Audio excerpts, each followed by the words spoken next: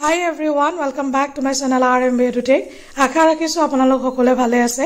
আৰু আজিৰ এই ভিডিঅটোত আমাৰ মাননীয় মুখ্যমন্ত্ৰী ডাঙৰীয়া দেৱে ইনকাম টেক্সৰ বিষয়ে কি ক'লে বিশেষকৈ তৃতীয় আৰু চতুৰ্থ বৰ্গৰ যিসকল কৰ্মচাৰী আছে তেওঁলোকে ইনকাম টেক্স দিব লাগিব নে নালাগে তাৰ বিষয়ে এটা ভিডিঅ' ক্লিপ মই আপোনালোকৰ মাজত দাঙি ধৰিছো এটা বেছি দেৰি নকৰি ভিডিঅ' ক্লিপটো এবাৰ চাই লওঁ আহকচোন তৃতীয় আৰু চতুৰ্থ শ্ৰেণীৰ কোনো কৰ্মচাৰীয়ে এতিয়া ইনকাম টেক্স দিব নালাগে জুনে মাহত 1 লাখ টকা দৰমহা পায় তেওঁলোকেহে ইনকাম টেক্স দিব লাগিব মানে 12 লাখ টকা বছৰ আৰু মাহত 1 লাখ টকা উপাৰ্জন নকৰা কোনো ব্যক্তিয়ে এবাৰ আৰু আয়কৰ দিব নালাগে ইয়াৰ ফলত মই এক প্ৰকাৰ দেখা পাওঁ যে আমাৰ সৰকাৰি কৰ্মচাৰী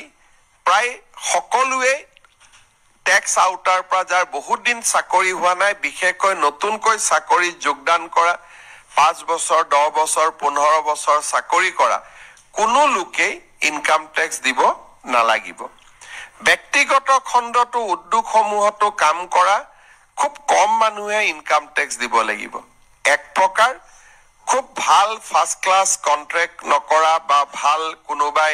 ব্যৱসায় নকৰিলে ইনকাম টেক্স দিয়াৰ প্ৰয়োজনীয়তাটো বহু পৰিমাণে নোহোৱা হ'ব ই ভাৰতৰ মধ্যবিত্ত সমাজখনলৈ এক বিশাল সকাহ